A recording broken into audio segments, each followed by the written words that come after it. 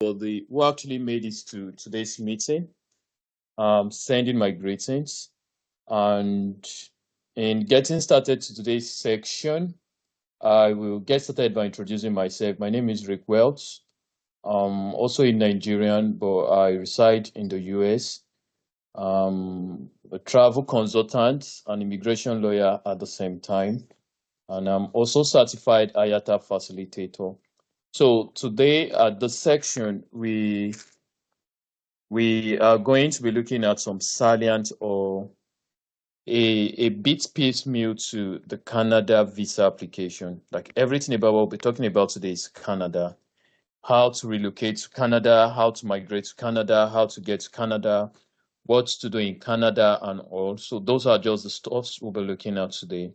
And in sequence to today's section, we are just going to be having a piecemeal of what the entirety of the concept of the Canada immigration or relocation process or plan looks like. And in view to that, if there will be need for maybe an extensive or a further broadened one, we might to some extent get to introduce us or ask us to participate in the forthcoming travel complexity program so as to actually gain explicit or total knowledge of what the entirety of what we'll be discussing today will look like. So today, what we'll be having today will be serving as a kind of a prelude to the complexity masterclass. So today we'll actually prepare us adequately against the masterclass that is scheduled to happen in a few days from now. And in getting started, I actually want to crave our indulgence that we give the very best of listening ears. Let's get to pay rapt attention. Let's get our writing materials and every other supporting devices or gadgets that will actually facilitate the rate at which we assimilate and actually garner knowledge in today's section. And at the end of today's section, I'll be giving out the equivalent of 50 US dollars in Naira. So I'll be giving that in Naira to just one participant. And the payment will be done almost immediately after the section. So it will interest you that if you get paid the best of attention, you might be getting to go home today with the equivalent of 50 USD Nigerian Naira. And that's by the current exchange as displayed by Google. Though it might not do so much, 50 USD might not be so much, but at least in a bit, it will help pay for your data subscription for this section and most likely the next subsequent section. And by Google displayed rate, 50 USD is 79,800 Nigerian Naira. So I'll just make it a wrap up figure of 80,000 Nigerian Naira. So at the end of today's section, someone in this section or one of the participants in today's section will be going home with 80,000 Nigerian Naira. And for you to actually get to have that, all you need is just to pay the best of attention. And when you actually pay rapt attention, you actually get beat to beat to all that will be discussed, and you'll be able to ask your questions and answer my own questions and stand a chance to win 80,000 Nigerian Naira. So good luck to everyone. So in today's section, we are going to just be looking at a prelude. What I mean by prelude is a bit what we are going to be looking at today are just a preparatory section to get us well equipped and ready for our complexity masterclass. So, but first, before we get started, let me actually get to clear us, or let me actually get to put what truly exists to fact on some few myths about migration or relocating to Canada. I do understand in recent past, a few of us in this section must have actually tried to migrate to Canada. Some of us might have actually put in one or two efforts. to see that we actually get to Canada. And during the course of those processes, there were a few statements, there were a few ideologies, there were a few facts that were actually built on our minds or registered on our minds that has actually made the entirety of the process to look so difficult. So first thing getting started, let's get to see just a few myths before we go over to what we'll be having today. Now, the first myth is visa approvals for Canada or any nation, it's not spiritual induced. So what do I get to mean by spiritual induced? What I mean by spiritual induced is it's not a factor of spirituality. Like you don't have to do some form of prayers, or you don't have to participate in some spiritual exercises, or you don't have to engage yourself in certain routines to actually be approved or for your visa to be granted. So I say first, we are going to be looking at the understanding the pathway to Canada relocation.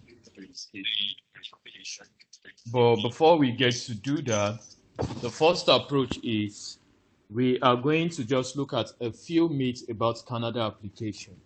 So when we get talk about myths, we are simply trying to talk about some ideas or some erroneous belief that exists around the application for Canada, which invariably to some extent does not actually add up, and they are not the core requirement for approval.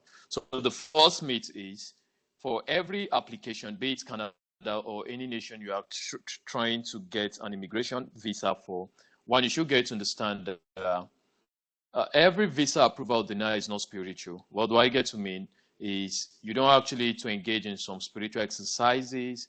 You don't have to do some spiritual activities to actually get approved.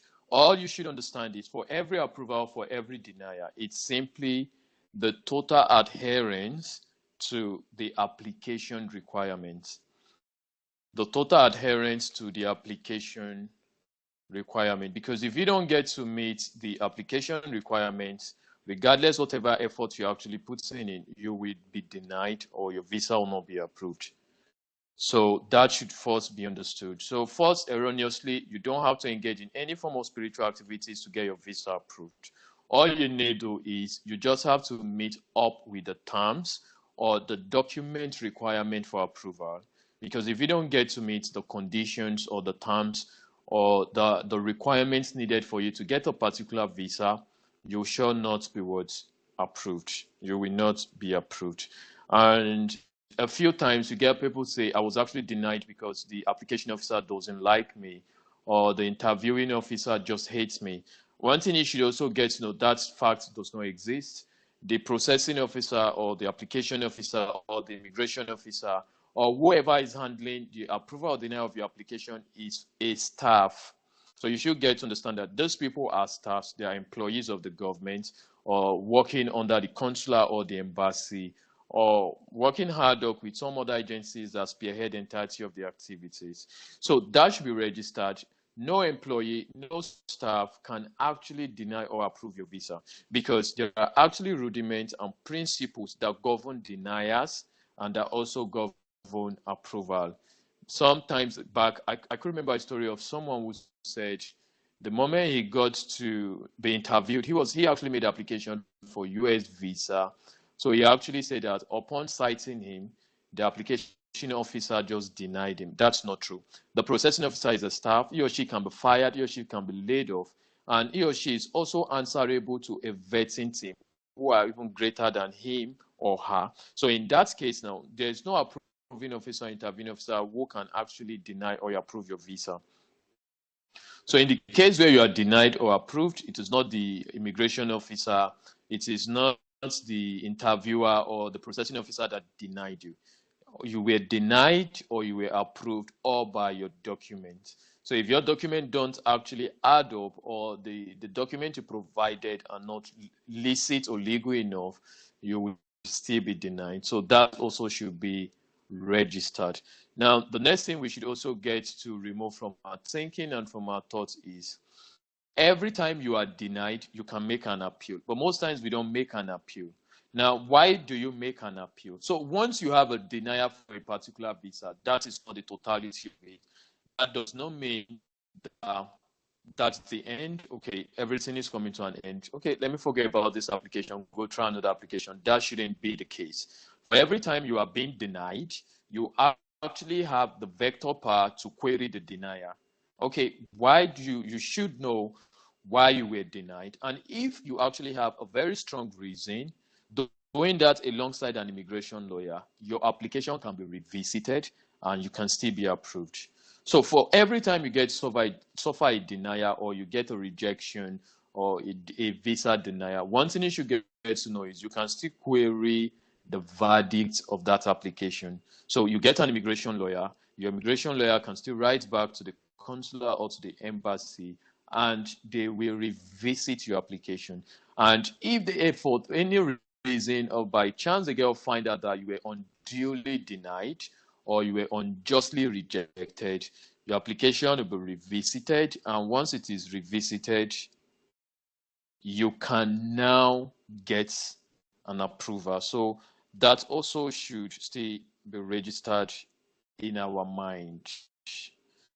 That should be registered in our mind. And apparently also now, there is a few persons that tells you that once you apply for UK, that UK database is linked to Canada database. I don't understand we are muted. I'm sure some of us would have been giving our views. That's not true. Every organization or every nation in the world actually have total autonomy only to their own database. And you can, a particular nation, for instance, if applying for UK can only get to give out or let go more information to the Canada embassy or whoever is in charge in the Canada immigration process only upon requests. And that's more reason why when you are making an application, you have to admit or deny if you actually want your information to be shared with third parties. So if you don't want your information to be shared with third party, there is no government in the world who will actually let go your information or start disclosing your information with other nations. That is an infringement in your non-disclosure human rights, and you can still sue the state or sue the government for that. So let's also get to erase that completely from our mind. That if I make applications for UK and I was denied for UK, if I want to go for Canada, Canada government and UK government information database is linked together. So Canada will just get to pick my informations and blah, I'll be denied. That's still not true. That's not true. So before any government can let go your information, you must have admitted, you must agree to that. So at the time of making your application, you either admit or reject if you want the government to actually share your information with third party. And in the case where you don't want that, you actually, it will not be shared. They will not get to share it with anybody. And also now, some persons also feel if I've been denied, can I still apply? Sure. As long as you don't get a visa band, you can apply for more than even 10 times, though that's not anybody's portion. That won't be any of our portion. For every time you get a denial, you can still go back for a reapplication. And the good thing about the entirety of those processes, for every denial, there is a reason. So no government in the world will actually deny you a visa without stating the explicit reason why that visa was denied. That has never happened and will not by chance get to happen. So for every time you get a denial, there's always a reason why you were denied. So just like the regular examination we do in high schools and colleges and the likes, for every denial or for every failure we get is as a result of we not getting to write the marking scheme or supplying adequate or substantial facts to back up the answers we are offering. So the same also applies to the visa application. So for every denial, you'll be given an explicit reason why you were denied. So now, if I get to know, okay, XYZ is the reason why I was denied, all I need to do at the time is when I go to make another application, I will get to ensure that XYZ reason for my earliest or previous denial is averted. So I'll get to breach that. So that also should stay registered in our mind. And lastly, though it's not a so common myth, most persons always get to have this thought, but I think it's necessary we get to erase that. Now, let me get to say there is no such thing as study visa.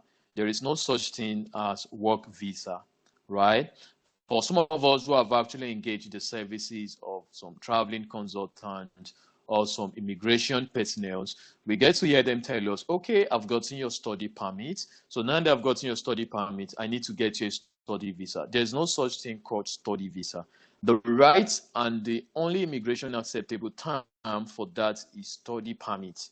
So if anybody has or you actually engage the service of a third party immigration personnel or a traveling consultant in your home country, and the person gets to tell you that he or she has gotten you a study permit, now it's time for you to get study visa, that does not add up. There's no such thing called study visa.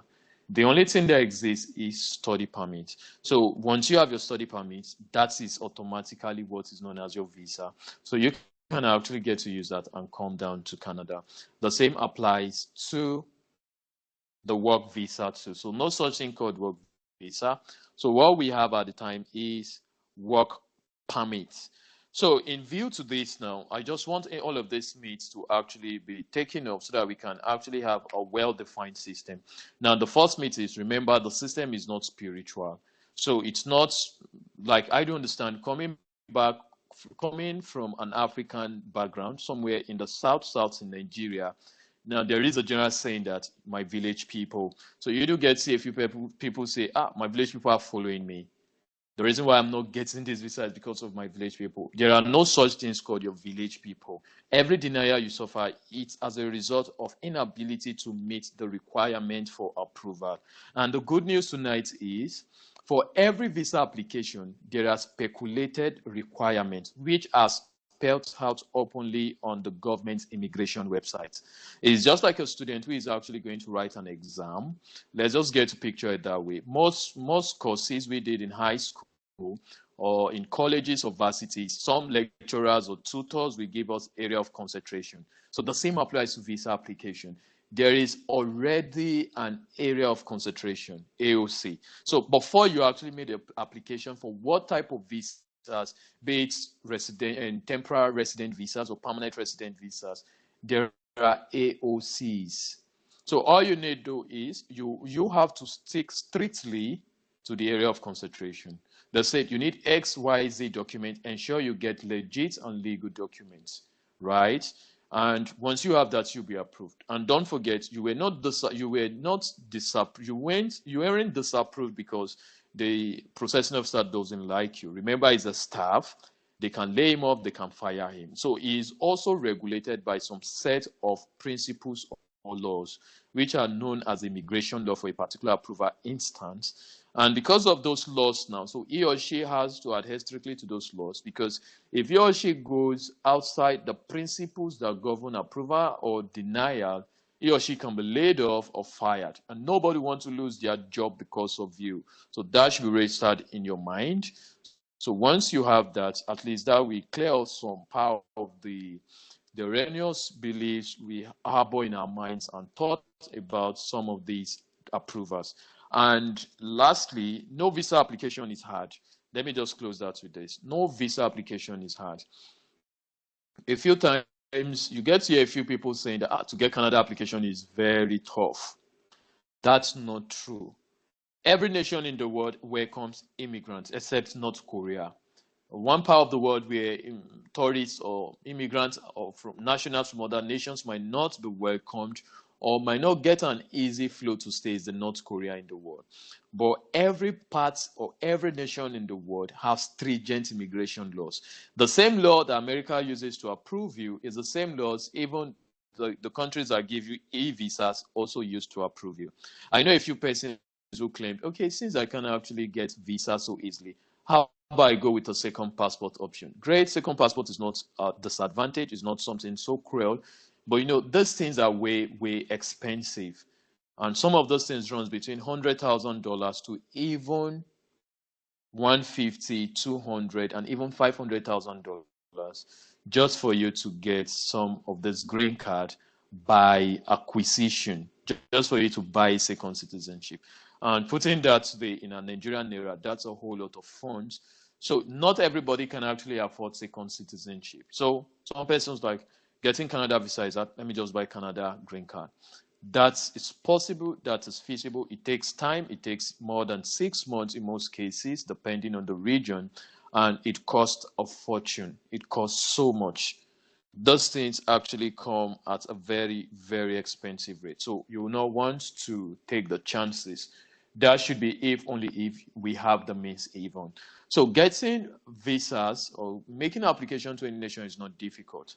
Once you adhere to their rules and the terms or the conditions for approval are met, Eureka, your visa is around the corner. So let's dive into what we'll be dealing or treating today. So the sole reason for today's section is for us to discuss about relocating to Canada. Now, trust me, there is no better place like, so, okay, let me not get to say it that way because I stand to be corrected. Outside the fact that Africa is third world country, outside the fact that Africa is developing, let's say Nigeria is even a developing one, there are still a whole lot, 1,001 reasons why one should leave. But that is not the basis why we are having this section. The essence of the section is just to give us a piecemeal thoughts on how to relocate to Canada. So first, let's talk about Canada. Then after that, the next part we'll be looking at is understanding Canada immigration pathways. Then we talk a bit about the express entry system. We talk about some provincial nominee programs. We look at work and study opportunities. We look at family sponsorship, settling in Canada, and we now go over to questions. So let's just talk about Canada in a bit so that we actually have an idea. I know if I get to ask, okay, let me ask someone in the section. Let me just pick a random person in the section. I just want to ask a question. And if you get the answer, most likely, maybe you qualify for the 50 USD freebie. Okay, I have a few persons. I have so many persons, so I'm only going to pick at random. And I don't know if the admin can unmute. Unmute. There's Adiza. Adiza, I don't know if you can hear me. I've unmuted everyone. Okay, great. Okay. Now, so great. I want to ask a question now. Adiza, can you hear me? Yes, I can hear you. Oh, great. Greetings to you, sir. Is it Hadiza or? Okay, is Hadiza a male or a female?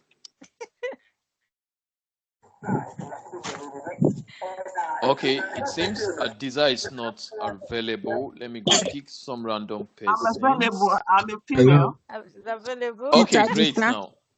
Okay, Hadiza, greetings to you, ma'am. Hello? Hadiza, can you hear me? Hello? I can hear you. I can. Okay, greetings. Yeah, I just want to ask you a question, and that we actually form the basis for our section now. Have you been to Canada in the past? No. Okay, that sounds great. Have you applied Canada before? I would have. I actually tried because then I had a program to attend first for what's it called? I didn't really apply, but I just did you register? And you click from your email. Okay, yes, yeah, that's great now. Okay, great. Now the question we're asking is just a simple one. Now Canada is in what continent in 5 seconds? 1, 2, 3, 4. North America. Okay, now this is the ethic for winning the 50 USD. If I don't ask you a question, you don't talk back. Okay, now the question will just be directed to just one person. Yeah, great. Canada is in North America. Great, but I don't think Hadiza got that. So let me just get to give us a bit piecemeal of what Canada. Now, when we get to talk about Canada, there are just these few facts about Canada I want you to note. They are very important, and they might actually come up during the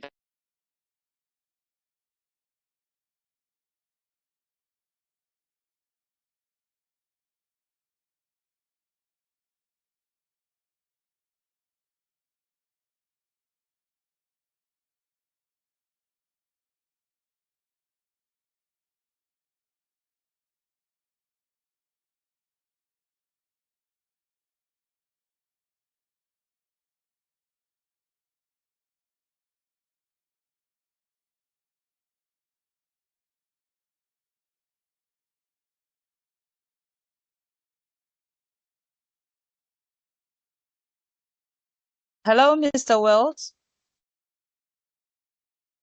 Hello, Mr. Wells. Okay, can you guys hear me now? Yes, sir. Can hear you now. Okay, great. Now, sorry, let me go back to what I just said. Now, I said if for you to stand a chance to win the 50 USD equivalent 80,000 Nigerian naira in this section, you just have to be asked a question. If you are not asked a question and you get to answer, that will not be honored. And now I said, let's just get started. Now let's talk about Canada. I just asked her this if she have been to Canada. She said no. And if she has actually made application before, she said she almost tried making, but she didn't. But at the time, I just want to give us a piecemeal of what Canada is, just for you to have an overview of what Canada is. Now, the first thing about Canada is, first, Canada is the second largest country in the world by land area, not population now. Because if we get talking about population, we should start talking about places like China and India. But when it comes to Canada, when it comes to land area, Canada is the second largest in the world. And Canada is located in North America, right? So, and Canada has several natural landscapes. They have mountains, they have forests, just like every other nations, and they equally have lakes. And the reason why, that's more reason why you get to find out most of the provinces in Canada are named after an island. For some of us who actually have explicit knowledge about Canada, you must have heard about stuff like Prince Island. So there are a lot of lakes in Canada. And Canada also have more than one ethnic group. It's also multicultural. And their basic language at the time is English and French. So that is more reason why Canada becomes an epicenter for global migration. The reason is because for most parts of the nationals in the world, the foreigners from other parts of the world, you must have been colonized as a francophone country, which is French-based, or an Anglophone country, which is English-based. So it harbors these two persons. People from francophone countries can migrate to Canada and speak French. People from Anglophone, like our noble country, Nigeria, way back, can still migrate to Canada and speak English. So the two official languages in Canada are English and French. The capital city is Ottawa. So the capital of Canada is Ottawa, and some other places. The major cities in Canada are Toronto, Vancouver, and Montreal. Ottawa is the capital of Canada, but major cities. So, but when we get talking about major cities, like major places, now my just like Nigeria. The one where they collect money. Okay, now major cities are Toronto, Vancouver, and Montreal. And Canada has one of the best economy. Yeah, when you talk about economic-wise, Canada economic system is truly and actually balanced. Yeah, it's truly balanced. So that is just a piecemeal of what we get to say about Canada. And it's on record that Canada has zero racial discrimination. Unlike the European nations where racism or the black race is to some extent still not appreciated so much. When it comes to Canada, that is actually abolished. Everybody is respected equally. We all are respected equally. Now, let's talk about some Canadian immigration pathways. What are some of the pathways? When we talk about pathways, we are talking about the different routes with which you can come to Canada. What are the different ways? What are the different routes? What are the different programs, pilot programs, avenues, and channels with which you can come to Canada? So we are going to be looking at that under two arms. We will look at the temporary resident migration programs and the permanent resident migration programs. So first now, we'll be looking at the temporary residents. Now, when we talk about the temporal migration programs, but before we even get to look at that now, let's just get to know that the different pathways with which we can actually come to Canada include the following. Now, one, we have express entry system. For some of us who have actually tried Canada, you must have heard stuff like express entry system. So when we talk about the express entry system, they are actually permanent routes. Express entry system fall under permanent routes. So what are express entry system? Express entry system include pathways or routes like federal skilled worker program. We are going to see all these things. I'll share my screen where you're going to see these things live on the Canadian government website. So we have federal skilled worker program. And the good news is we actually have a material on these things already. So I believe the convener of the section, at the end of the section, we give every participant one freebie, which is a PDF on the different Canada migration pathways. So the PDF will be sent to everyone for free. I'm soliciting to the convener to give that PDF material to everybody for free so that everybody can still take the time and go over them. And just like I stated earlier, a bit what we'll be doing today is just a piecemeal. And what do I mean by piecemeal? I'll just give us a tip on how all of these things, and just show us a tip on how those things applies. Then at the travel complexity section of classes where we are going to have a full combo pack where all of these things will be trashed practically. But today we'll just do a bit to a little hands-on practical. So for express entry system, we have the Federal Skilled Worker Program. We have the Federal Skilled Trade Program. Now, when we talk about Federal Skilled Worker Program, it's simply getting a job with the Canadian government. So even the Canadian government still employ nationals who are not Canadians by birth, marriage, naturalization, or even by purchase. So you can still get to work in the Canadian government. You can work directly with the Canadian government. Example, the Canadian military. You can still join the Canadian military. You can still join the Canadian security forces. You can still join the Canadian police. And you can still work with the Canadian government in administrative roles, name it.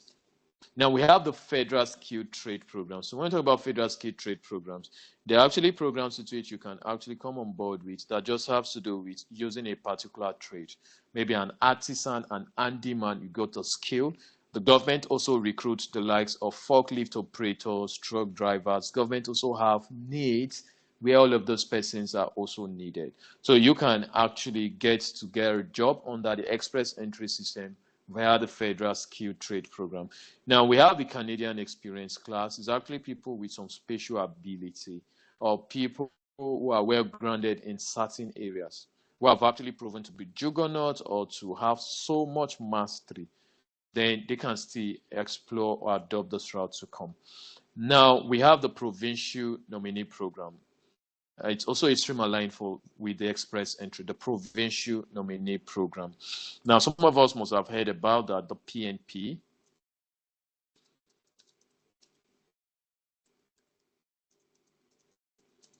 So now, when we talk about the provincial nominee, now what it simply means now, this is actually a kind of a pool selection that is done by a certain province in Canada. Right? And it's interesting to know that virtually all the provinces in Canada has their provincial nominee. That makes it so amazing. Canada has 12 provinces, and every province has a provincial nominee program. But now, if you at all you want to explore, because I might not take the time to just start saying everything, but I'll just list the provinces and just say a bit about them. If at all you actually want to explore the provincial nominee program, now my advice is only get to apply for provinces that are not fully developed.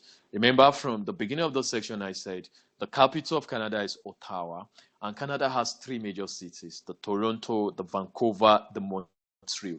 So those places now, if they're trying to get their nominee programs, they're already crowded, but they are some little islands in Canada that are not yet developed. So if you participate in those provincial mini programs, you stand a better chance.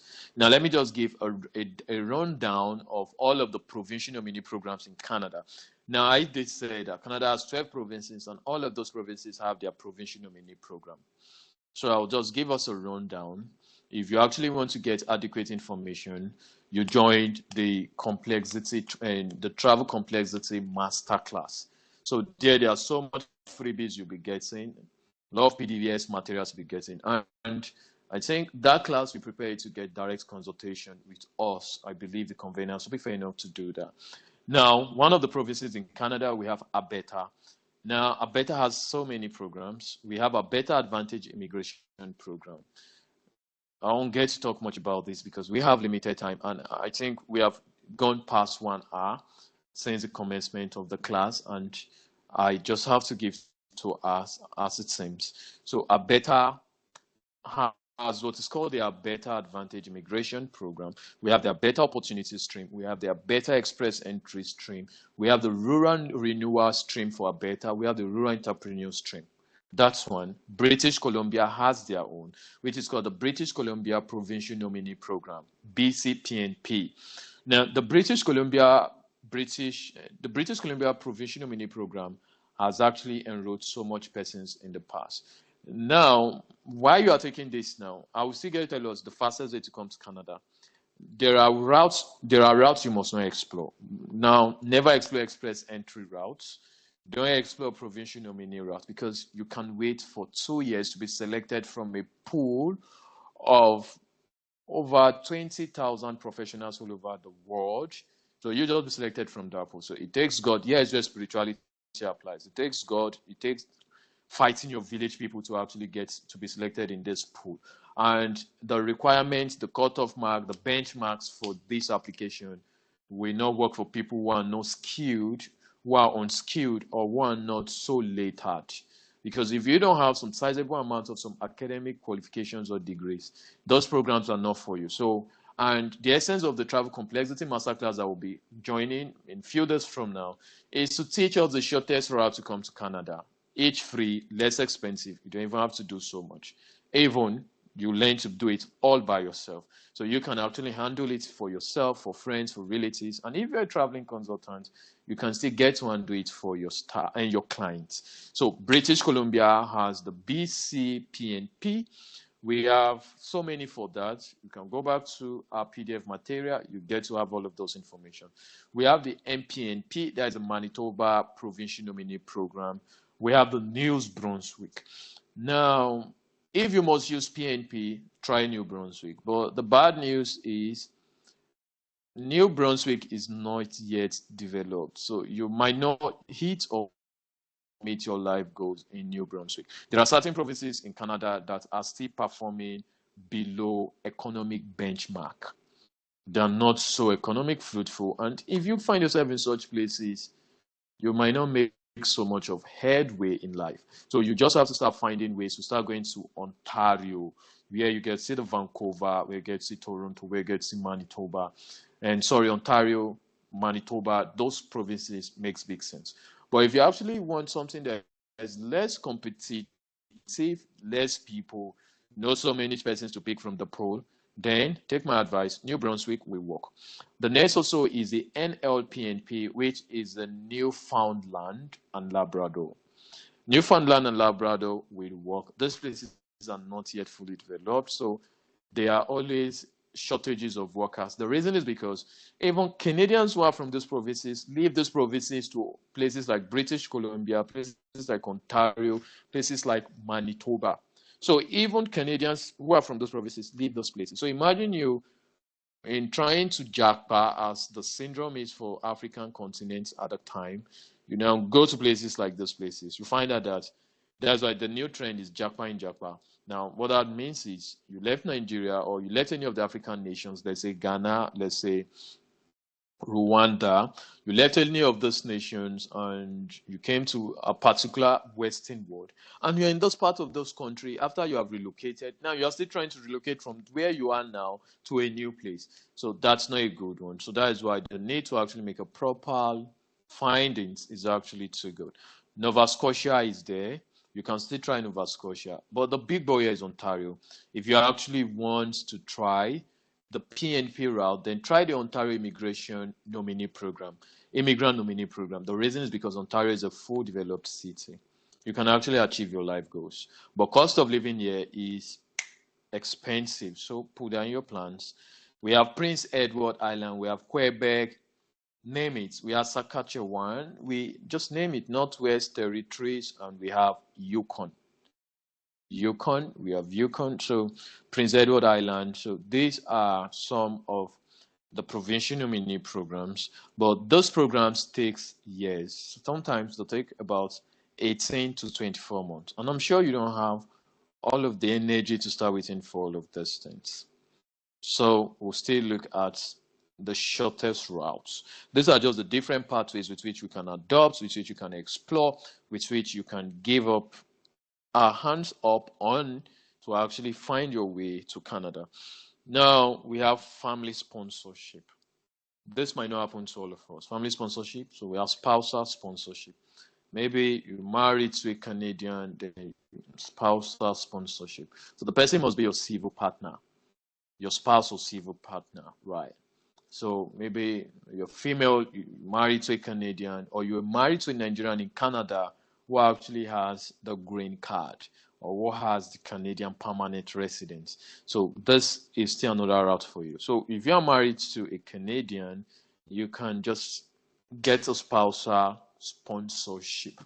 So you get a spousal sponsorship visa and you join your spouse.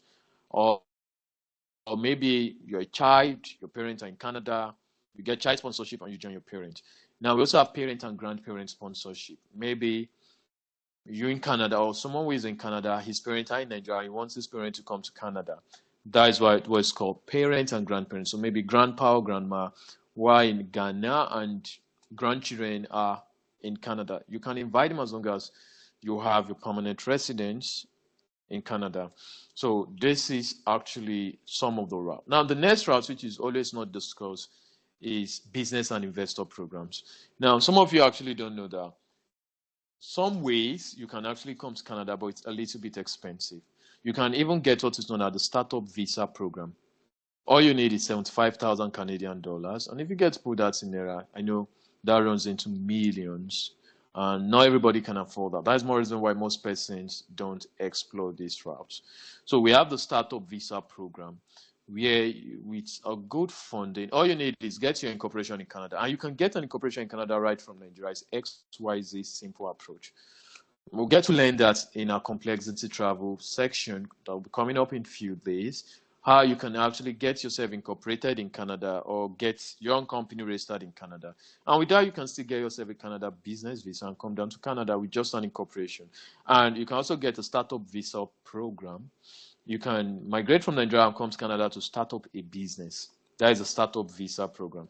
And we have self-employed persons program. I'm sure nobody has heard this route before. The self-employed visa program. Some of us have not heard this before, because if we have heard it, maybe we would have tried it. Now, what the self-employed visa program entails, it's kind of a freelance approach. Do you get that now? So I think I'll take the time to talk about this in a bit, maybe within the next possible 5 to 10 minutes. Let me just talk about this so that, because it's something we have not heard before. Now, what the self-employed person program is just an immigration pathway that is designed for persons who have relevant experiences and intend to be self-employed in Canada. Now, what's the difference between the startup investor visa and the self-employed persons program? In the case of the startup investor visa, what you need is you need to get a business registered in Canada and now migrate to Canada to start up. And do you know the startup visa, we gave you a green card on arrival, but the costing for this is 75,000 Canadian dollars the last time we made the application. So it's actually cost implicating, it's cost expensive, so we might not get to do that. But now let's talk about the self-employed persons program. Though you've not heard it. Now, what this pathway is simply designed for people with relevant experiences who intend to come to Canada to be self-employed on their own. Give me a hand skill. A fashion designer is self-employed. A barber is self-employed. Or you got some special skills that you feel with those skills you can actually find your way to Canada. Yeah, I know with this now, everybody got a skill, right? So even if I don't have a skill, I could go learn driving. I'll say, I got a driving skill, so I'm coming to Canada. But hold it, there are requirements. There are eligibility criteria, right? So you can't just, okay, because I got some special skill as a musician or as a dancer, I'm going to Canada now. They say, why are you coming? You say, self-employed person program, so I'm coming. No, there are eligibility criteria to this things. So we are going to talk about them. So if you go find out that you're eligible, then I think we'll get to give you this application for free. So let me talk about the criteria rather, apologies. So after talking about the criteria, and if you meet the criteria, just reach out to the convener. We are going to make a free application for you. Now, to qualify for the self-employed person program, you must have the following. You must have relevant experience. It's not try and error. You can't say, if you get to say you are a driver, a truck driver, you must be an experienced one. Though I do understand, we are all learners behind wheels. Nobody's an expert on wheels. But at least you should have driven for at least 2 years. You should have 2 years of experience in cultural activities or athletics as a self-employed person. Do we get to see that? Now, the term here is cultural activities or athletics. When we talk about athletics, we're talking about track and field events. Athletics, like track events, like marathon race, short put, the javelin throw, discus, mention it, high jump, long jump.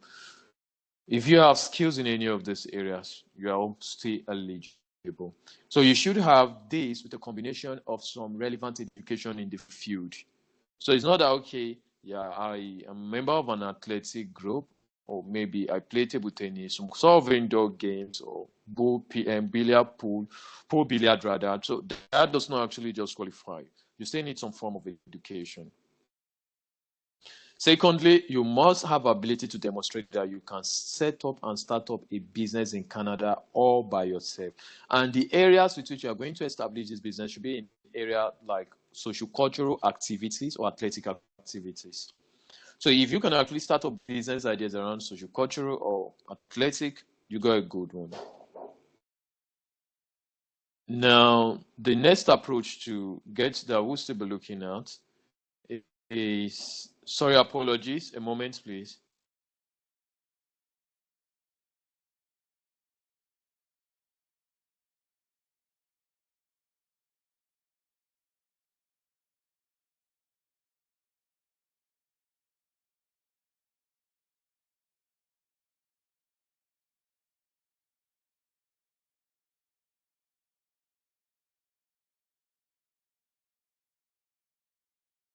Okay, sorry to that now, I'm back. Okay, now, so we're still looking at some of the criteria. So you can actually just assume that, okay, since they said it's self-employed person program, I should go for it. Now, remember, you should have relevant skills in around culture and athletics. You should have some level of education. You should have ability to demonstrate that you can actually establish a business around cultural and athletic activities. Now, there's a selection criteria. The application is assessed based on point system. So it comes with points. So what are the points? The points are susceptible to your experience, the quality of experience you have in athletic or cultural field, your education, your age, and your language proficiency. Language proficiency, your ability to speak English or French, although that is not a strict requirement. If you are coming from a francophone country, you're eligible. If you are coming from an anglophone country, you're also eligible. You only don't become eligible if you're not coming from countries that speak French or that speak English, or you never acquired any form of education in French or English. Those are some of the stuffs. And you must have ability to adapt to the Canadian work environment. So we'll get to talk about that in our travel complexity masterclass. And I believe in that area now. Some of us will learn how to go about this application. But if you are here, you actually fall in that criteria, you actually fall in that pedestal, and you have any of those things, reach out to the convener. We are going to get something started with you all at no cost. Now, outside the family sponsorship, there are still other routes. I'm sure some of us know There are still other routes that they didn't make mention of. Now, I've talked about business and investor program. I've talked about family sponsorship. I've talked about provincial nominee program. And I also went further to talk about the express entry system. Now, let's get to talk about stuff like the study pathway. Now, some of us can actually attest to the fact that most persons who came to Canada, who are in Canada currently, came in as students, and after that, they were able to get their work permit. But today, now coming to Canada is quite expensive. Even studying in any part of the world outside Nigeria is way expensive. And we do know as a people that study is not the reason why we are coming. We actually want to use it as a pathway to actually migrate to Canada. So it comes with so much cost. And at this time today, where there's provincial attestation later, especially for those who are coming for undergraduate program and programs that are not postgraduate at the master's level. Maybe if you're doing a postgraduate diploma, you're doing a baccalaureate, you actually need the provincial attestation later. And over time, we got to believe that since it was actually ensued sometime in February 24th, it has been a major concern, or it has actually imposed so much issue to most persons. But thanks to God now, some provinces actually can give out provincial attestation later. Although provinces or varsities who can do that are DLI licensed varsities, and provinces that are and varsities that are actually owned by the province. So some self-public school universities are the ones who do that. With most private schools or private DLI varsities not able to give out PAL until next year March. So that still makes the process so herculean. But the good news in between is you can actually do a short course program.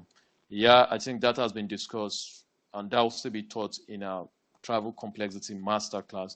You can do a short course program, and the tuition for those programs are affordable, they're minimal, and with this you can use it to get an exchange program and get your work permit, get your green card even. It's by far one of the untapped routes, so I won't talk much about it, so that those who will not be joining the complexity masterclass will not steal our information. But let me just give an overview. The tuition fee for short course program are between 3,000 to 10,000. So you can just come to Canada and do a short course program for 3,000 Canadian dollars. And the tuitions are paid instrumentally, right? So you can actually pay 4 times, 4 installments. That makes big sense. And you don't need provincial attestation later. That makes bigger sense. And what makes it more brighter, you don't need a study permit. So you don't have to start waiting for your study permit. Once you get admission, offer later, you get a letter of acceptance, you can just start to pay part of the tuition, just 25% of your tuition, Eureka, on your way to Canada. Then we'll get to meet someday. So that is just how it works. So, but I will not place emphasis on that. I know a few persons who have actually migrated using that, but when you get to join a travel complexity masterclass, all of those informations will be given in full details and several freebies, just like I explained. Today, the only freebie I'll be giving is a free PDF material. So I'll talk to the convener to share that with everybody. Now, the next route to look is a work route, right? So we have temporary foreign worker program. We have international mobility program. And today, there are just many routes which you can come to Canada. Let's talk about those them in a brief. I'll try as much as I can to say everything in 2 minutes. Now, we have the LMIA, the Labor Market Impact Assessment. Some of us who have tried that know it's not a good route. The reason is because the LMIA takes time. Like, you just have to wait for LMIA number. You have to wait for LMI later. You have to wait for an LMI approved job. If you get all of that now, trust me, you gotta be waiting for 4 to 5 months, unless if an immigration lawyer is handling it for you, right? So LMI today, not too good route. It's still a good route for the work, because LMI jobs, you can even apply for them yourself. And do you know the good news? You don't even need you don't need anyone to get these things done. You can go to the government website and apply for there are more than 60,000 LMI jobs. You don't need anybody assistance, but I think you might need a few assistants, and that will be coming in during the travel complexity masterclass. So with that, now you have ample and full knowledge of what applies. So beyond that, we still have other work permit routes which you can explore. Eureka, we have the GHP program. Yeah, the GHP program is actually new. So let me just get to give us a piecemeal. Let me just get to give us a piecemeal of what this GHP program is all about, because it's something that started recently. It's less than 6 months. Okay, now the GHP program has the fastest work permit approval. You can't imagine that. The work permit approval for GHP program is just 2 weeks. So if you get a GHP founder job, there are 13 companies on this. I think I'll be sending a PDF on this, but that will be gotten by people who will be participating in the travel complexity masterclass. So now there are 13 companies on it. So if you get employment in any of those companies, you'll be getting 2 years work permit, and you get your work permit in 2 weeks. So in less than 8 weeks on your way to Canada. So less stressful and the pay way. And the good news is unskilled people can apply. Are you a chef? Are you a baker? Can you work as a front desk officer? If you are skilled, good job. You can still stand a better chance.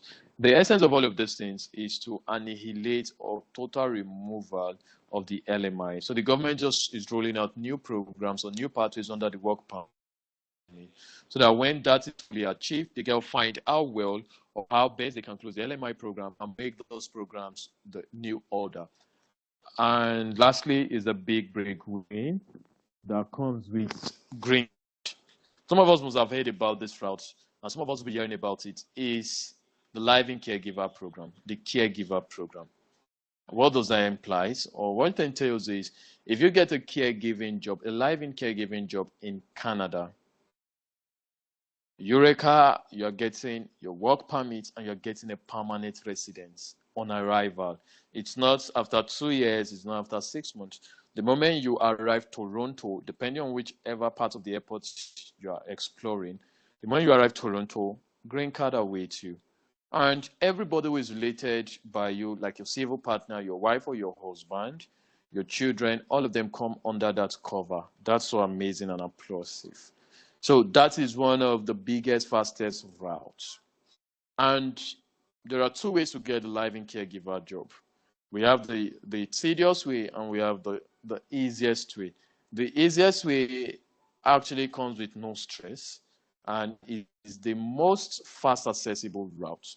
So because there are requirements for these things, but time will fail me not to talk about the requirement. Join the Complexity Travel Masterclass, all of that will be discussed in essence, where you get to have all of the full information. Now, the last route is the open work permit. It's not a route per se, it's just a benefit that comes with being a dependent to someone who is a skilled worker or international student in Canada. Do you see that now? So if your wife gets a job in Canada, you can work as a husband or a civil partner under what is known as the open work permit. And what does open work permit mean? Open work permit means you can work anywhere, right? So let's say your wife got a job let's say she got a job as a receptionist in an organization, then you flew in together with your wife. You can work your wife can only work where she's employed, but you can work anywhere. But don't get this thing, because you can work anywhere, you still work everywhere, right? Because there are still Canadians who don't have jobs, so it's not something that comes with some sort of platter sprinkled stuffs. So you have to still look for a job, and in most cases you can still reach out to an immigration lawyer. Or the best cases here is join the travel masterclass. You'll learn all of those things. Easy peasy. Now we have refugee and asylum seeker pathways. Before we dive into the desktop, and before I go share my screen and show all of those things. Now we have refugee and asylum seeker pathways. Yeah, those pathway works sometimes 2019 onward, 2019, 2018, before COVID. Most persons who came into Canada using tourist visa, or either tourist visa or conference visa or business visa, majority of them never returned. So what they did at the time was just they used the route called refugee claimants. They just claim that they're refugee. So they seek asylum, and in doing that now, they will now give them green card. Do you see that now? So somebody who is in Nigeria will be wishing, I wish I've applied several years ago, right? Possibly the process was not this tedious. The process was not this tough. Remember, it's not tough either. Meet requirements, you get visa. So refugee claimants works, but this case now, you have to be in Canada to claim to be a refugee. If you are a citizen of a country that is undergoing the following: a natural disaster or some sort of man-made disasters like war, you can easily make application to this. Let's assume some parts of maybe Gaza, you are from places like Gaza, where currently there's some outbreak of war and all. You can actually just apply for this, and trust me, you can get it. But if you are coming from a country that's like Nigeria, I believe there is no war in Nigeria, and I don't pray there should be war. Nigeria is stable, everything is peaceful, so you can actually start claiming refugee claimants at the time. But for you to do that, if at all you must do that, you first have to be in Canada before you start seeking for asylum. And another purpose also, for those who are in war zones or places with natural disasters like maybe earthquake, earth tremor, volcano eruption, landslide, mention it, tornado, hurricane, name it. They can actually apply for this, so they can seek asylum. They can seek for refugee and humanitarian settlement program, and they will now resettle them there. That's a good one. Now, beyond that, also there's Quebec immigration program. We have Atlantic immigration program. We have rural and northern immigration pilot program. Those process, the rural and northern immigration pilot program will be discussed intensively in our next forthcoming travel complexity master class, because it's one of the hot cake, but most people don't know. Work permit is easy peasy, less stressful, comes with no stress, and cost saving.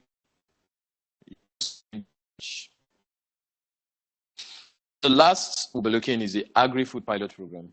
For some of us, are you into agriculture in Nigeria? Are you into fishery farming? Are you into poultry? Are you into apiculture, snake farming, honey? Are you into anything? Rabbits production, name it.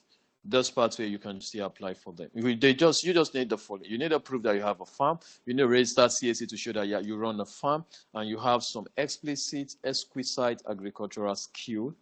Then you can actually explore the agri-food pilot program, and with that now, you can actually get to come to Canada.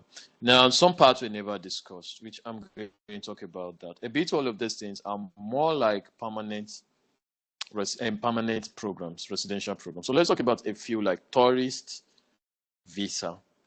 For some of us, that is the best we can do at the time. You just think it for a tourist visa in Canada. So how do you go about that? All you need is to head over to the Canadian government website. So now let's just go to the Canadian government website. Let me just get to explain a few stuff, and maybe we'll just do a little demo, and that will lead us to question and answer section. So all of this will happen in just 10 minutes. Now, for all applications you want to do concerning Canada, don't panic. Just go to canada.ca, the government official website of Canada. Click. Let me share my screen so that everybody gets to see my screen. I'm supposed to share my screen.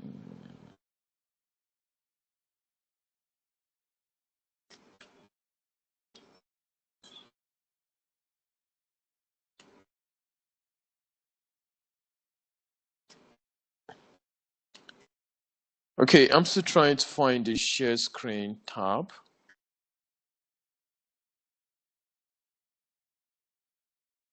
Yeah, sorry, and can admin actually enable me to share my screen, please?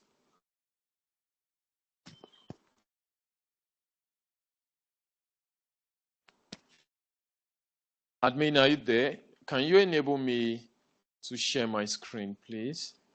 Done, sir. Okay, let me get to try again. I don't know. I can't share my screen.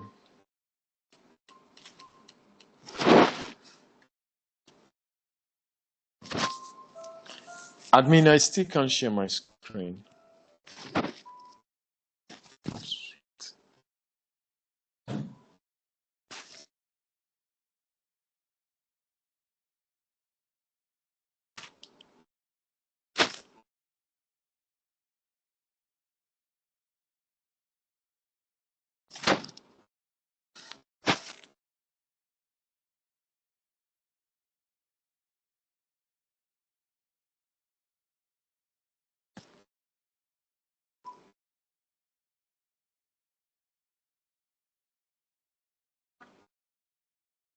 Okay, great. Now I think I can share my screen. So let me get to share my screen. Now I said for every time you want to make any application as touching Canada, all you need do is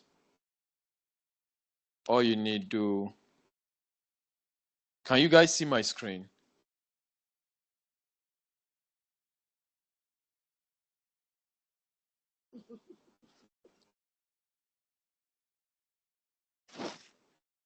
Sorry, is my screen visible? Yes, it's visible. You can just type yes if you can see his screen. Okay, great. If you Now, can see so his where am I screen, just now? type yes. This is the Canada official website, canada.ca, and I understand English. I don't understand No, French. I'm not So, seeing responses. Can we see his screen? Just type yes. okay, I think a few persons can see my screen. That's great. All right, all right.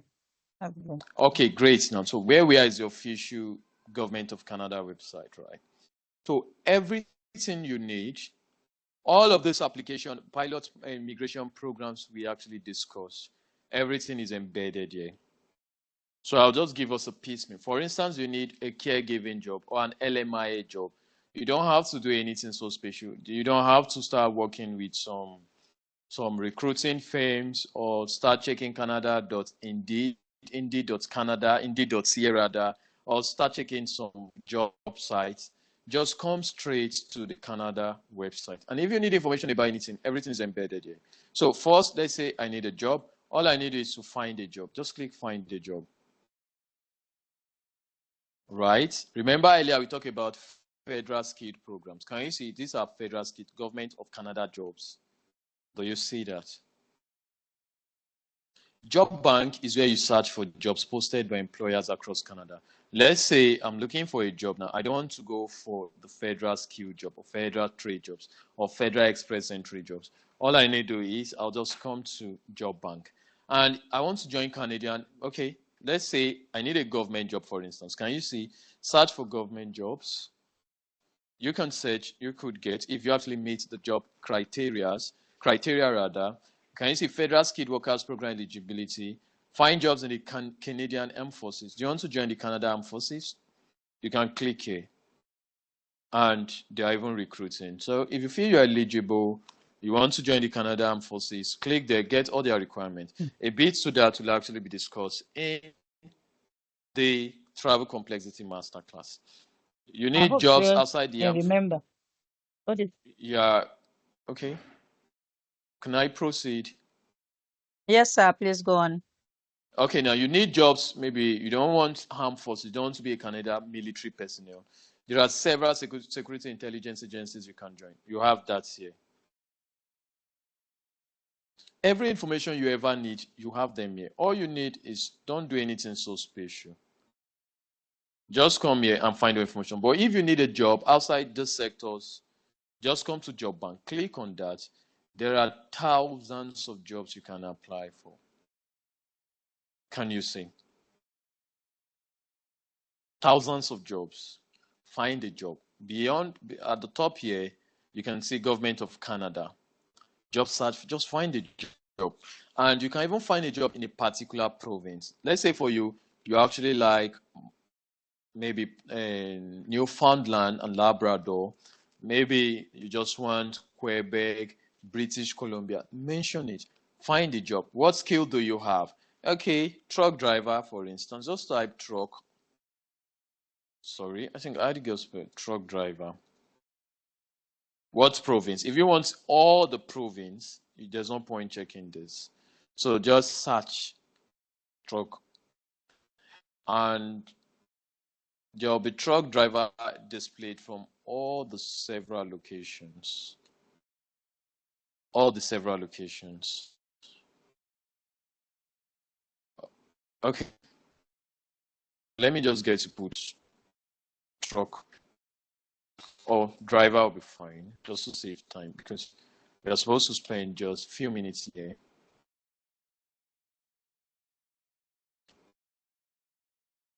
I think the page is loading. So now we are just searching for truck driver jobs in all the locations, in all the provinces and territories in Canada. So can you see? Now, if you can't see, in all the provinces in Canada, there are 9,287 truck driver jobs. Okay, I got a driving skill. And to get this now, let me say for some of us who actually want to come for truck driving, you need an international driver license. And I can remember a few times prior to this section, I actually said you can actually get that from any Federal Road Safety Commission body situated in your locality or in your state where you are at the time. I'm only saying this for Nigerians. For Nigerians who are actually participating, if you are coming from other nations, just locate Federal Road Safety Commission. And I think the fee for this truck driving job is less 30,000 Nigerian naira. It's not up to 30,000 Nigerian naira, and you get it in just 3 days. So you need an international driver license if at all you're coming for driving. And in all the provinces in Canada, there are 9,287 jobs you can apply for. And as well as the hourly rates are displayed, 15 Canadian dollars per hour to 18. So there are many. And this one was just uploaded yesterday. So you can give it a shot. And it's in Edmonton, Ontario, Oakville, Ontario. There are many. There are 9,000 jobs at your disposal. You can try them. And every employer you get to see here, or everybody who gets to advertise here, has been approved by the governments. Has been approved by the governments. So there's nothing to fear. You won't be scammed. Nobody's going to swindle you or scam you. Right? Because everybody who is here, the government knows them.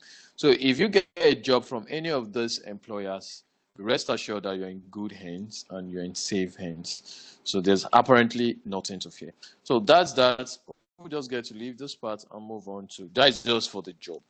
Come here, caregiving, search for anything.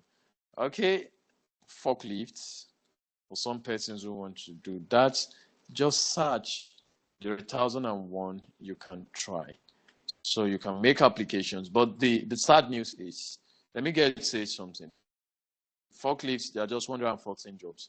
You can't actually apply for these jobs using the Nigerian or the Ghanaian, depending on whatever region you're coming from, resume standard. Canada has a resume standard. So I think during the Canada and the travel complexity masterclass, we are going to give us 5 samples of the Canada resume standard, so that when you are making your resume, you actually make your resume in line with that standard.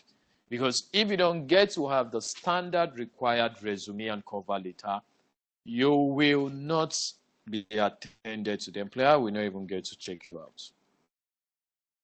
So during the trial complexity masterclass, we'll give out 5 samples, and we are going to write for first 10 people to join the class. I don't know how the convener is going to do that, just to keep a tag on the first 10 people to join during the next travel complexity masterclass section. So the first 10 people, we are going to make a standard Canadian resume for them. And we are going to write cover letters for them so that you actually have that. So that when you're going on your job search, you can actually have that. And during the masterclass, we are still going to learn how to apply for these jobs, how to do the follow-ups, how to take interviews, because some of those jobs comes with interviews. So the employer will have to get on board with you on a live cam.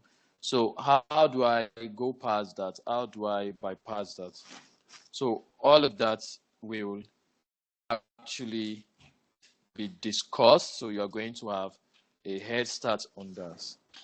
So I'll just get to talk about the last route. If you're going to visit Canada, can you see visit Canada? Very simple. I think one of the things for those who are joining will learn is you will learn how to create your IRCC account so that with that you can apply for either a visiting visa, and you'll learn how to get all the necessary documents for that purpose. For some of us who might not have proof of funds, how to use a sponsored bank account. Yeah, proof of funds, how to get a sponsored bank account to cover for all of your travel expenses, recognized from a reputable company in Nigeria or from your home country, so that with that you can stand a high chance. So we'll learn how to create an IRCC account, either for study, either for work, either for visit, or even for business. all of that will actually be discussed. So just like I stated earlier, today's section is just a piecemeal. What we're having is just a prelude of the total glance of what we'll be doing during the Travel Master Complexity class. So all you need to do is brace up and make yourself available for the Travel Complexity Masterclass, because all of those things will be taught bit for bit, and extensive practicals will be given. And just like I stated, we are going to make the first 10 persons to join the masterclass. When the meeting is commencing, we'll be giving a free Canadian resume as well as cover letters. So I think at those points now, because we have to just adhere to 2 hours time frame, and I do know in the next 90 minutes should be 2 hours, and questions will come in. So let me just avail us now to leave the floor for the convener to actually give us space or room to answer, to ask our questions. Then at the end, I will now ask one question so that we can have a lucky winner for today's section. Thank you. So over to the convener. You can actually cheer them up to ask questions so that we can provide answers. Thank you. Wow, thank you very much, Mr. Wells. It was a great wealth of knowledge. We are grateful. I know a lot of us are having questions already. And for those that will start using this information that they've gotten this evening, I wish you all the best. Yes, for those that have questions, so we have seen a lot of hands. Some people raised their hands up even before the class started. So I don't know whether they came with their questions or the questions were generated from here. All right. So let's start from the first person we have here. We'll start from the first person. Yeah, Mr. Wells, do you think they should ask all their questions, then you attend to it at the same time? Okay, we actually have less than 30 minutes for this section to come to an end. So maybe the best approach is, let's just pick 2 persons to ask their questions so that we can exhaust the time we have. Then other persons can send their questions to you. Then answers will be provided to them. Okay. Okay, let's see how it goes then. All right. So are you picking? Okay, the first 2 persons to raise their hand, I think I have Farinto Olufemi and I have Chukwuemeka Buzome. Yeah, so Farinto Olufemi, if you can hear me, can you just ask your question?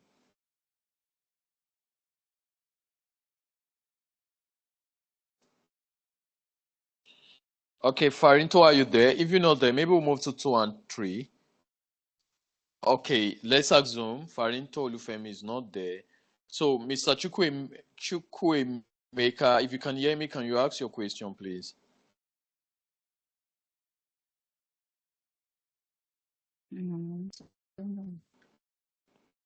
Okay, maybe Chukwuemeka is not there. Chukwuemeka, can you hear me? Let me unmute him. I don't know if he's around. Okay.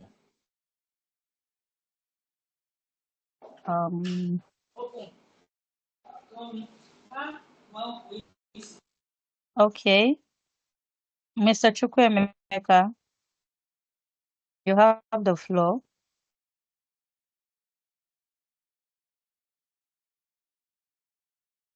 Hello. Yeah, we're here.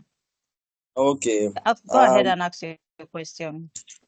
I didn't get much of the attention of the class. I was on traffic, so I don't know what I want to find out from the travel complexity class. When it's going to is it by the month end or so? It's going to take place also. I want to be get clarity about the class. Okay. The travel complexity class is starting on the 31st and runs through 2nd of August. Just 3 days. 3 days, okay. All right. So that is what clarification on that. Okay. Okay, thanks so much to that. Now, the 3rd person here, who is the last person on the question list, is Mr. Egbon Joshua. So, Mr. Joshua, if you're there, maybe you can actually ask your question.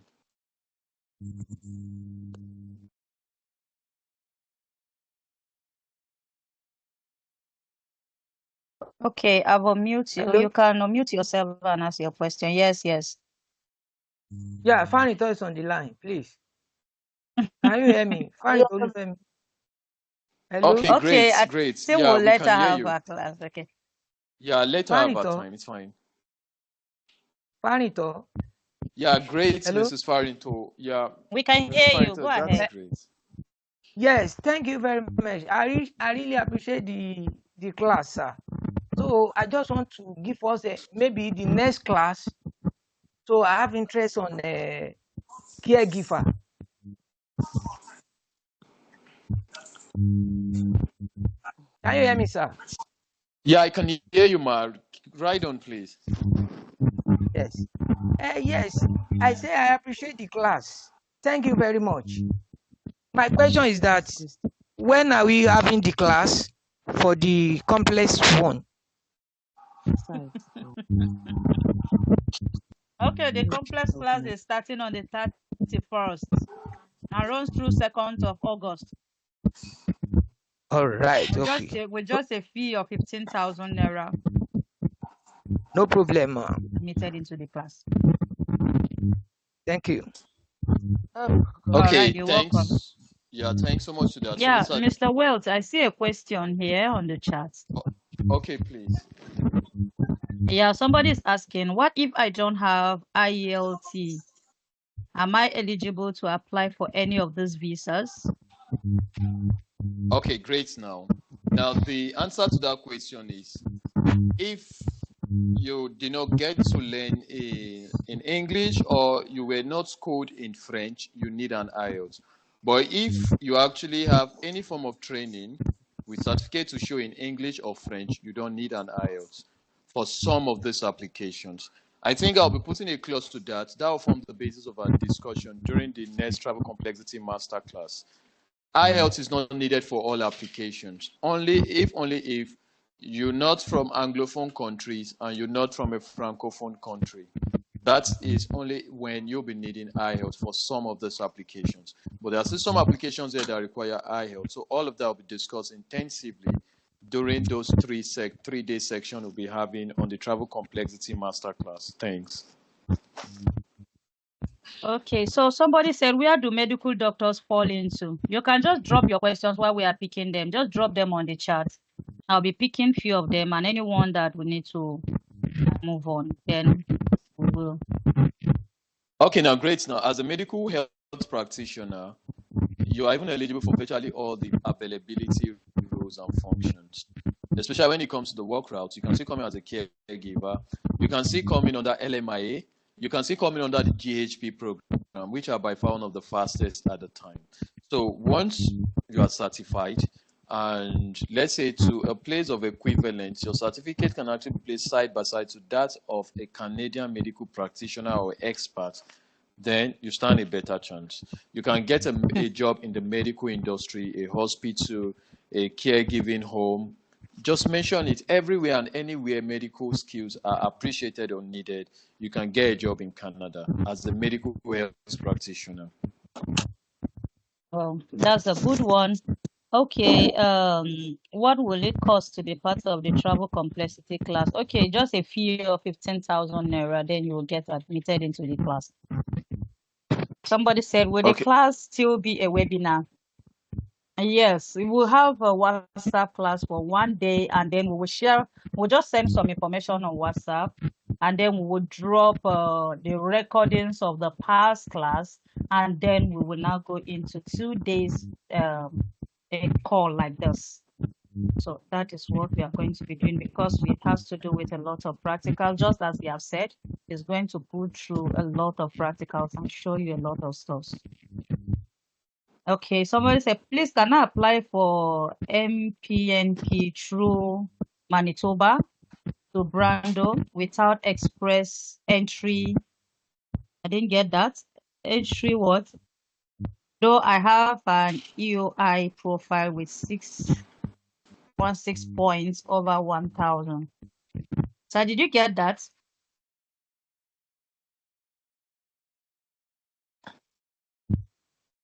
Hello? Yeah, I can hear you, but I don't think I got the question. And I saw a very peculiar question here. Yes. Okay, but Please, before I answer that question, who? someone said, hello, Mr. Wade, I actually applied for a Canadian visa and it's almost a year now. Without any response from the embassy, who do I do? Okay, what do I do next? Now, the simple truth is, if you actually applied, what is your UCI number? I can even help check that for you now. If you have your UCI number. The second is, when you made the application, I'm sure you have your IRCC account. Just log into your IRCC account. The decision must have been done long before now. We have a few persons who said the application, nothing has been done. Whereas Canada has actually responded 7 to even 14 business days after they went for biometrics. Now, the reason why you got no mail is maybe you use a third-party agent who uses his or her own email. So the person did not get to tell you. So you can't even gain access to your IRCC portal, or you don't even know your UCI number. If you know your UCI number, even if you can't gain access to your IRCC portal at the time, I can still just give you a quick run check to check the state of your application. So that is just one thing to note. Canada will not keep mute for 1 year. Most cases, it could be the route you adopted. Maybe you actually explore the express entry or the provisional nominee program. That could be the reason why you have not been selected for the pool. But if it's a visiting, if it's a business or conference, the decision should have been done long before now. So with the help of your UCI number, I can help you check. Or if you can still remember your RCC accounts portal, just log into that. Now, one of the advantages of the Travel Complexity Masterclass is you will know how to make the application yourself, and we'll give you expert hand support on getting it right.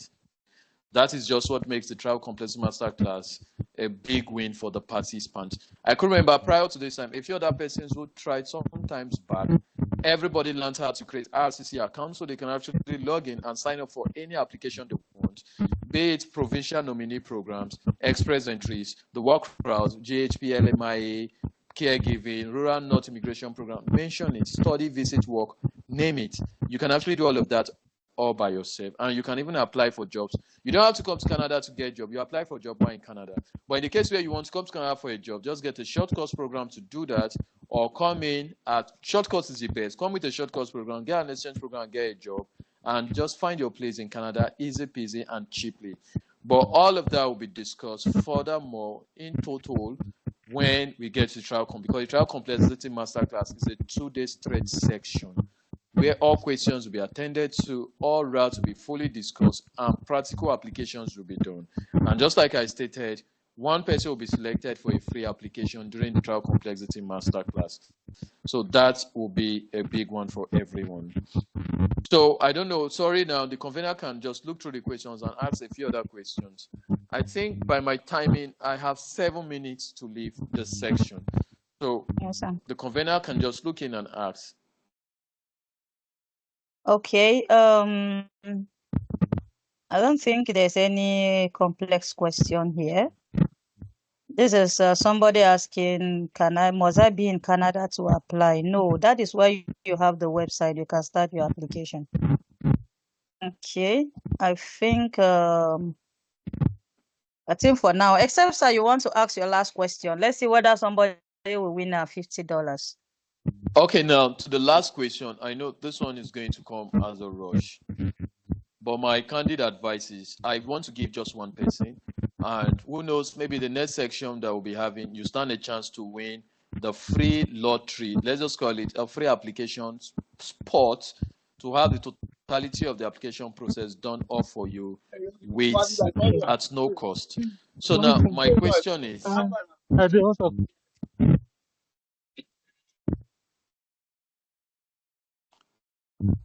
okay, now I'm just trying to reframe my question.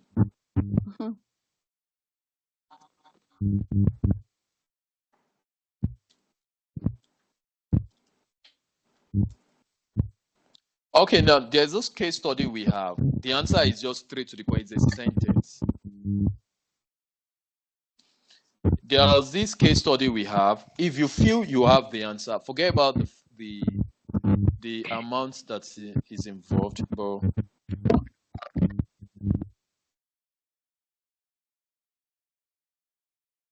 Okay, now Hello? I once had a case. It's an immigration case, right? At the time of application, the woman was not married. She was a spinster. Now, the application time took 3 months. So within that 3 months, she did her wedding. She did legal, like some kind of registry conduct, and everything was legalized. But as at the time the visa was issued, now the visa is not yet issued and she's married. The visa has not been issued and she's married. And she has actually printed and submitted and made payment for all of the application online. So who can actually give us the best advice for these clients? Okay, let me take the question again. Client XYZ applied as a spinster, but during the time she was waiting for application decision, she married between that time, and now she has submitted all of her application. She has downloaded everything. She has even done her biometric. And at this time, the visa has been approved, but it was approved for a job. Yeah, it was actually approved for a job, but this time she's married. She's no longer a spinster. So her marital status now is now married, no longer single. But by application, it was single. And now the visa, she has been approved just to take her visa for stamps and all. Who can actually tell me the best advice? Update application and Okay, please, may I know your name when you're talking? Father Reolumuyiwa Akonde. Okay, Father Ray. Okay, let's hear Mr. Father Ray now. Yes. What the person should do? What the person should do is to update employers if it's a work permit, update our employers and file for open work permit for the spouse. Okay, now that's okay. Okay, inform the employer. But let me just reiterate the question so that we'll not have to go over it again. Yeah, I think she got a work visa as a spinster, but now that she's set to go to Canada, she's now married, and she doesn't want to leave her spouse behind because she's crazily in love with her spouse. So she's ready to fulfill Canada visa for her marriage. But this time now, she doesn't want to leave her marriage and she doesn't want to leave Canada. She has a visa as a spinster, but now married. What should she do so that she can go with her husband? Yeah, can you so that she can go alongside with her husband? Hello, sir. Yeah, can you listen to me?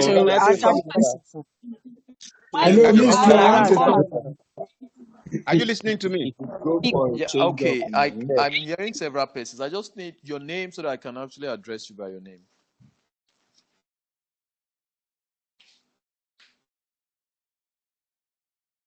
Just put up your hand. Just put up your hand. I've mute everyone. The noise is much. Yeah, okay. Maybe I'll just speak from the chat section. I got someone said something so important. And it's so funny. Someone was advising that.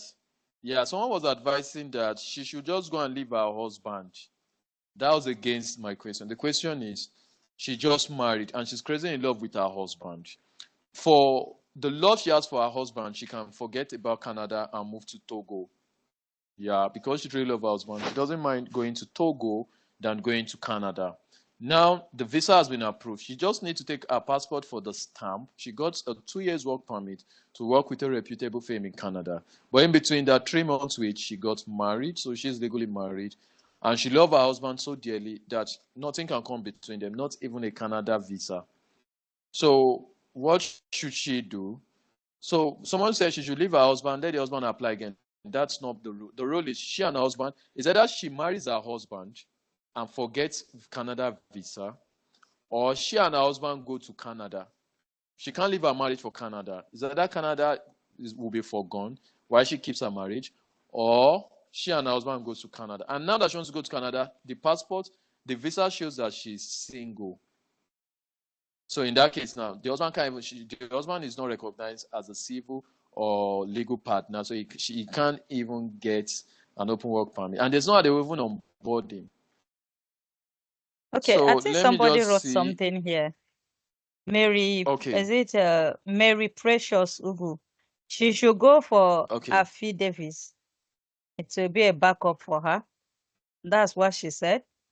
Is that accepted? Okay, now let me put a clause.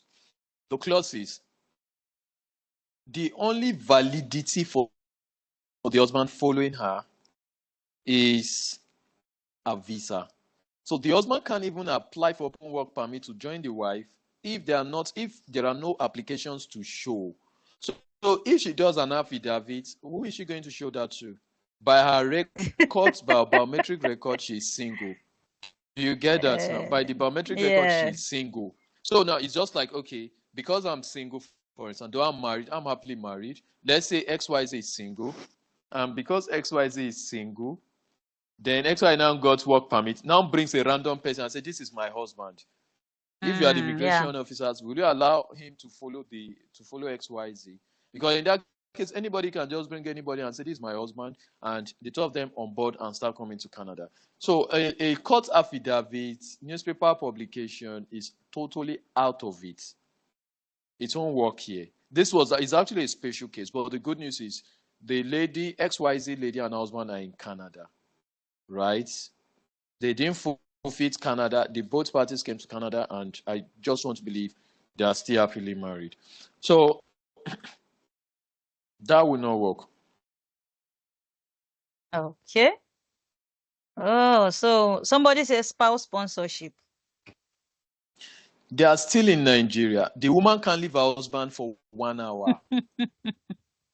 Whatever we separate them for 1 hour, they're ready to forgo. Even if it involves going to Yaoundé in Cameroon, they don't mind. As long as the husband will be with her, she's ready. Okay, somebody said restart the application process. You can't apply more than once. She has work visa already. Why should she restart? If it's you, will you agree to restart? You fulfill that. Another person said consult a lawyer. Okay, what will the lawyer immigration lawyer? The immigration lawyer should sue Canada to court. And okay, I don't understand.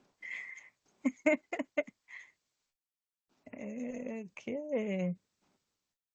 Oh, okay. That's all that I'm seeing. Okay. So, sir, maybe we'll leave you to give the response. Okay, now the answer is okay. If I give the answer, there's no $50 to be won. Will that be fair enough for me to do? I'm sure the house will say no.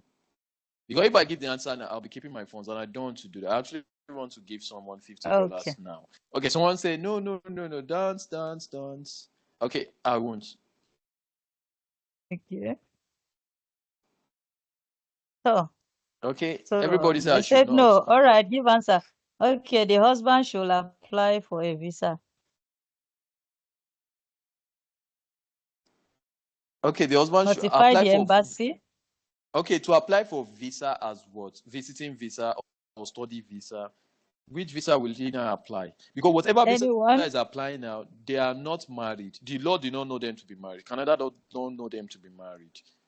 By Canada document, the woman is a spinster. So any application he's making now, what claim will they use to back that up? They can't get, someone said they get married in Canada. How will they get married in Canada? First, how will he when take already the man? Married. Will he put the man in a luggage? Is he going to put the man as an extra luggage? How will he pass immigration? First, the man cannot even go in as extra luggage because he needs a pass. He doesn't even have a visa. And nobody will give him visa by just stating that is my wife, she has visa, give me visa. That will not be allowed. Okay. Someone said we should open the group so that they will all give response. But now, I'm before I open looking at the group, response. The truth is, if I get to see the right answer, I will just read it out, and that person is the winner. Because if we should open the mic, we have It 130 will be persons very in these noisy. sections. So In with fact, 130 people talking, we'll all be creating some imbalance somebody to has sound. given up. Or say, please give the answer. Somebody Should I should apply say for the visiting answer now? Canada. Okay, if he applies for visiting Canada, he's applying for himself. And the man might be denied visa. How about if he's not given visa? Will the woman not go? The woman have to resume at every course. Somebody says you communicating with the Canadian immigration might work. Okay, communicating them to do what? Okay, I'm now married, though. Let me say it like I don't marry, my husband go follow me. All of that won't work. Nobody's ready to hear those synopsis from you. Asleep.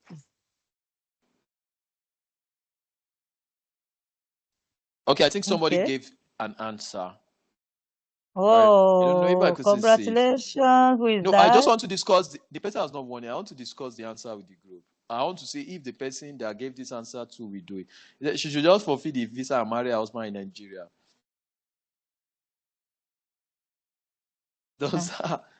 Will that be a good response? If you were to be in the woman's shoes, look at your almighty Canada dream, your husband, an then you almighty fulfilled Canada husband. visa, and all precious loving husband. Okay, someone said she should leave Canada and be marrying her husband. They said she should apply for newspaper change of name. And that will not be honored. Now, all of that is fair enough. But on the database of Canada where informations are entered, it is actually stated she is single. So if she does newspaper application and all, who will she take it for? And still don't forget, Canada don't have embassy in Nigeria. You will just use a third-party travel agencies like VFS Center. So will you not go to VFS Center and show the newspaper and say, and in Hausa they say, Mijina. You know, I say, Wana Mijina ne. Okay, now because you say he's your husband, they should not stamp visa for him. As what? Who are you? Yeah, I know. All of that. Okay, so somebody said the woman goes first and file for her husband later. The woman can't even leave her husband for 1 hour. So anything that separates them for 1 hour. The question is becoming complicated. Yeah, the answer to this question is very simple. This question is just logic, it's common sense. That's why I just needed to look for an intriguing question to ask. Something that is not so difficult. Something that is not knowledge. You don't need any special form of knowledge, just for you to reason it out. Somebody said they can both go for court marriage. Okay, let me give you an idea. The man and his wife did white wedding. They did court register and they did registry. They even did traditional. So they have a certificate from the church. They have that from the court and the registry. Sorry, the marriage registry, not the court. Even the parent consent, they have that with several pictures to show. So that's still not the case.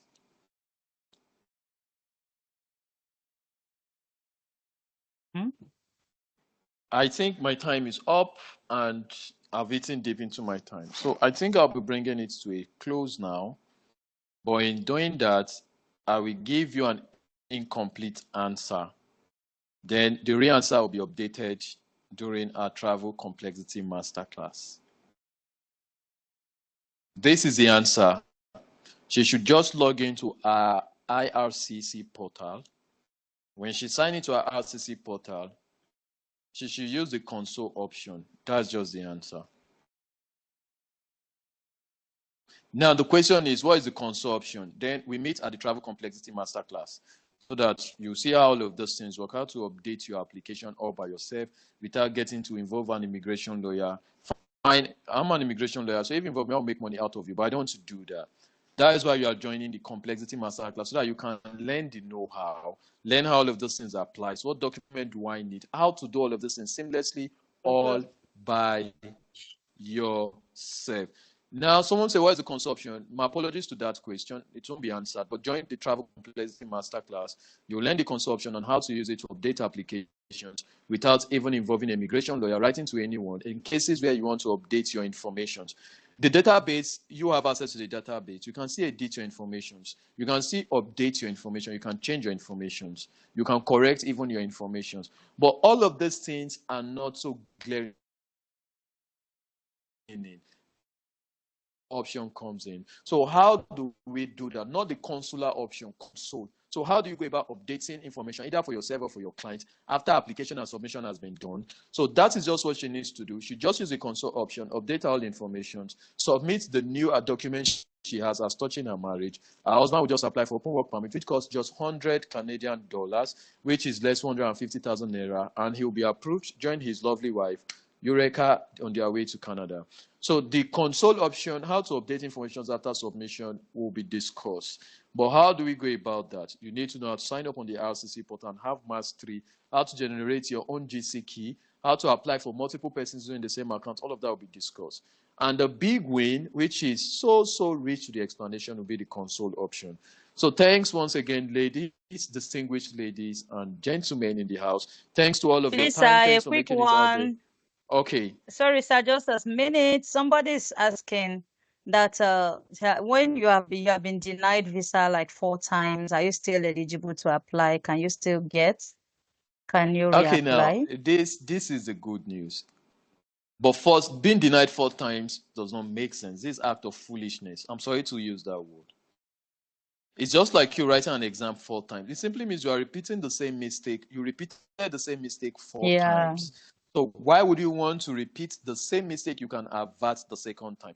First time is a mistake, though second time is not considered to be a mistake. The reason is because for every denier, Canadian government actually stated the reasons why you were denied. All of that were glaring. They told you, okay, why we didn't give you visa? 1, blah, blah, blah was missing. 2, you did not meet this and that. 3, you lack this and that. As long as you don't have a visa ban, you can apply 1 million times. But why apply more than 1 time so you can get it right?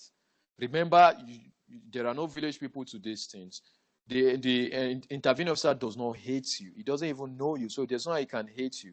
Even if he hates you by proxy, he's also a staff. He can be fired if he does not adhere to the rules for approval, right? So being denied 4 times doesn't make big sense to me.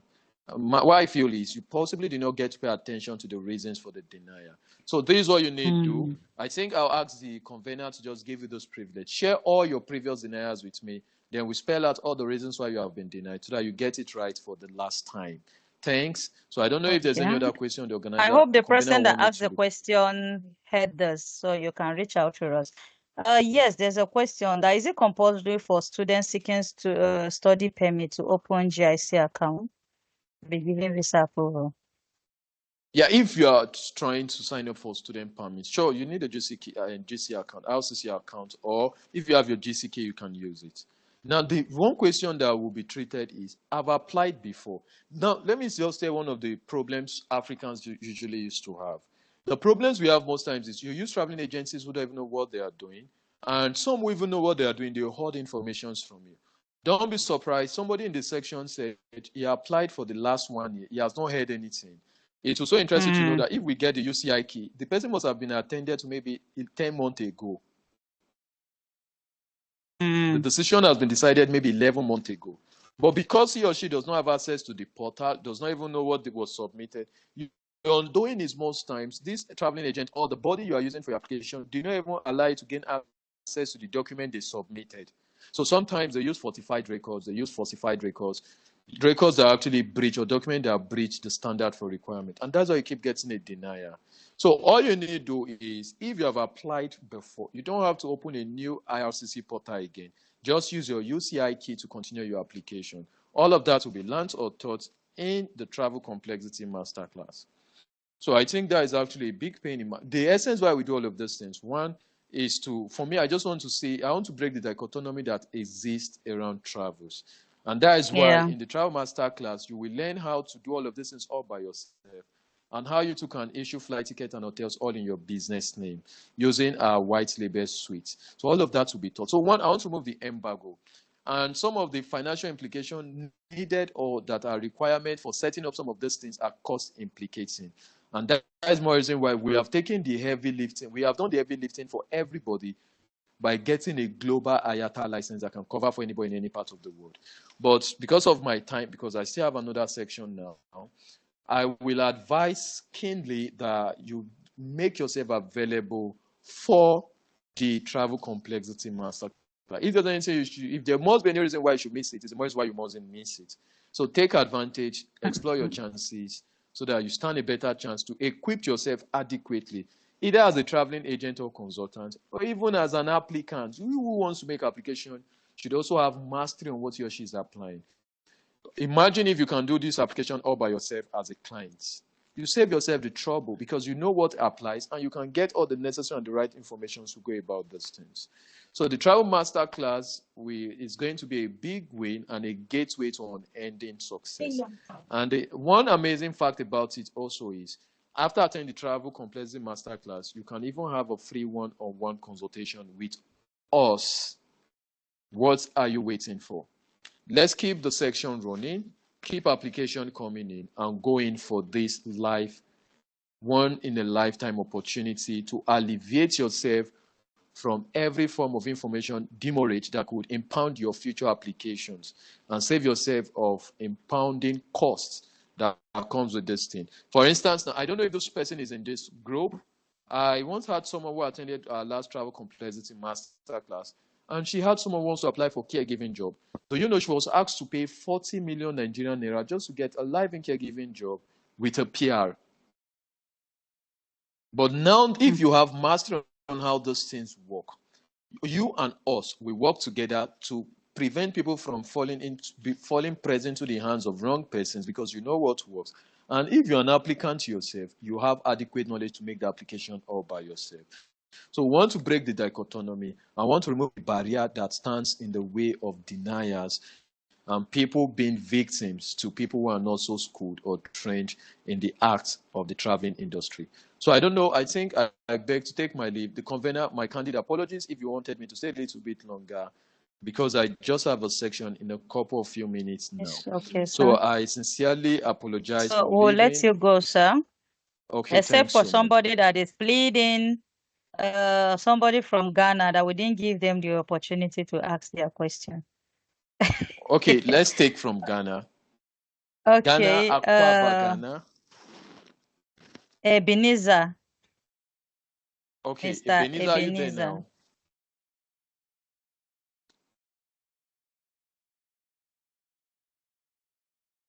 Mr. Ebenezer?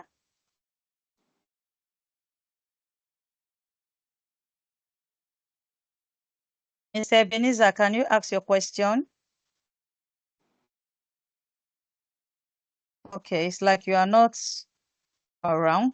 So maybe he can drop it in the on the WhatsApp group. Then we'll provide an answer for him. Thank you very much, Mr. Wells. God bless you. Thanks so much. And yes, sir. Thank you so much. And thank you, everyone, for being part of this. I know the time is not enough for us. I know we want to spend more time. We want to be here. We have a lot of questions and a lot of things to say, but there's no problem about that. The next class is coming up. That's why we are going to take 2 days to run a video call like this. So we'll have recorded ones that we'll share with you of the past class, and then you'll have enough time to ask questions. So avail yourself for that class so that you have all details and all the information that you need. Then you have enough time to ask questions and all that. Then for the recordings of this particular one, we'll make it available in our various groups. So you take out time to listen to it and then get more understanding while you prepare your questions for the next class. Thank you very much, everyone. And God bless you. Thank you so much. Amen. Thank You're you. welcome. You're Thank welcome. you. God bless you. All right. All right. Good night, everyone. Bye for now. So see you on the 31st, on the 1st, and on the 2nd of August. Hope to have all of you. All right. Bye-bye. Bye. All right. Bye-bye. Bye. Bye. Bye. Bye. Bye. Sweet dream. Thank you. You're welcome. All right.